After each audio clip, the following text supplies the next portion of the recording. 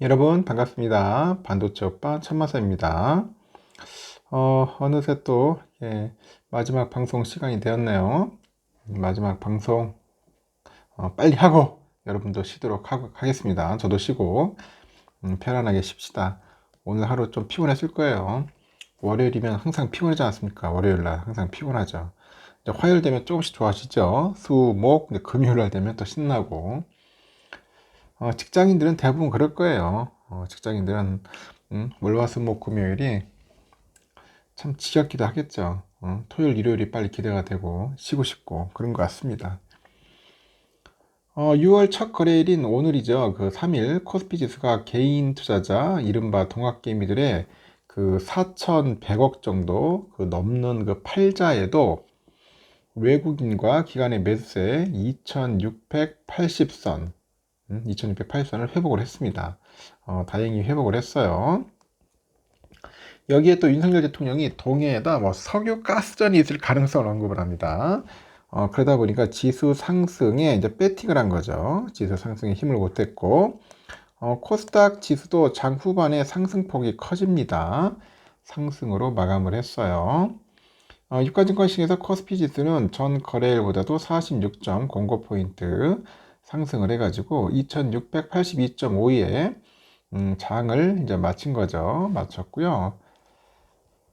첫이 아니라 전 거래일인 그 5월 31일 날 그 2660선을 웃돌다가 이제 외국인들의 매도세 2630선으로 주저앉은 코스피가 다시 이제 2680선을 탈환을 한 겁니다. 이렇게 외국인하고 기관애들은 각각 1821억, 2330억 정도 이제 사들인 거죠. 개미들만 홀로 4187억 이제 팔았습니다. 오전 윤석열 대통령이 동해가스와 석유 매장 탐사 결과를 발표를 했는데 관련 업종과 테마주로 묶인 그런 종목들이 일제히 이제 급등을 했죠.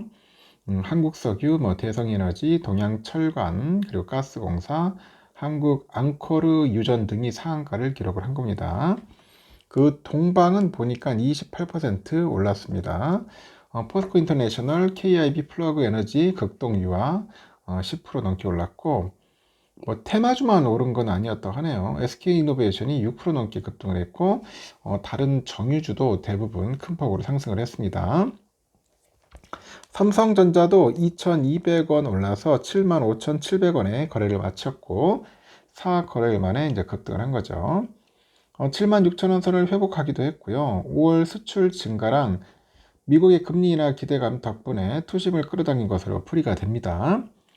외국인과 기관애들이 이날 삼성전자를 각각 1,370억, 618억 정도 매수한 반면에 개미들은 홀로 2,006억 정도 팔은 거죠. 이외에도 시가총액 상위 종목 보니까 하이닉스가 2.6%, 현대차 4.7%, 삼바 3%, 기아 2.5% 많이 올랐나요?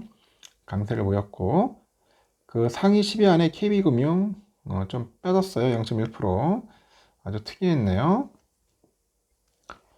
코스닥 지수는 전거일보다 4.74포인트 올라서 844.72로 하루를 마감했는데 이날 코스닥은 840선 초반에서 강보합 출발한 뒤에 장 후반에 매수세의 힘이 실리다 보니까 840선 중반까지 올라요. 외국인하고 기관애들이 각각 1046억, 483억 정도 사들였습니다. 개미들만 그냥 1400억 팔았죠. 코스닥 시가총액 상위 종목 주가는 엇갈리더라고요. 알테오젠이 7% 올랐고 HLB는 6.3% 하락을 했고요. 리노공업, 셀트리온, 레인보우 1% 넘게 올랐습니다. 엔캠도 0.5% 올랐어요. 이와 달리 에코프로비엠, 에코프로는 1.7, 1.1% 하락했죠. HBSP, 클래시스도 내렸습니다. 미국의 금리 인하 기대가 이어진다가 중국 위안화가 강세를 나타내면서 미 달러화 대비 원화 환율은 하락을 했고요. 이날 서울 외환시장에서 미 달러화 대비 원화 환율은 전날보다 8.4원이나 내렸습니다. 1376.1원에 거래를 마쳤습니다. 미국 연방준비제도의 관계자들, 그 제도의 관계자들이 그 통화정책 발언을 금하는 블랙아웃 기간에 돌입합니다. 블랙아웃. 돌입하면서 당분간 통화정책 관련 영향엔 제한이 있을 것이다. 그런 이야기가 있고, 또 이날 밤에 발표되는 미국 제조업 구매 관리자 지수가 있어요. PMI. 이거를 비롯해서 고용 등 지표 결과에 관심이 모아질 것이다. 그런 이야기들도 있다는 거죠. 참고하시면 될 것 같고요. 현재 유럽은 보니까 영국이 좀 소폭 오르고 있네요. 영국은 소폭 오르고 있고 0.16%, 그리고 프랑스 0.35%, 독일은 0.7% 좋은 흐름을 보여주고 있습니다. 핀란드 여러분 아시다시피 토요일날 아주 골 때렸어요. 올라갔다 쭉 빠졌다가 다시 또 올랐는데 일단 0.96% 빠졌어요. 오늘은 한 1% 가까이 오르지 않을까. 1% 정도, 한 5,200 가까이는 가지 않을까 생각을 합니다. 환율은 1377원 8원 빠졌고, 달러 일본엔 157.24엔, 유가는 76.99달러, 일본 연화는 879원, 유로와 1492.94원, 중국 연화 189.67원입니다. 휘발유 1669.35원, 국제금값 2345.8달러, 국내는 10만 3176.38원입니다. 좀 빠지네요. 미국 국채 10년물은 4.463입니다. 4.463. 좀 빠지는 것 같아요. 살살 빠지고 있고, 선물지수 보니까 다우는 0.04%인데 약보를 하고 있는데 올라갈 것 같고요. S&P 0.24%, 나스닥 0.49, 러셀 0.15% 현재 오르고 있습니다.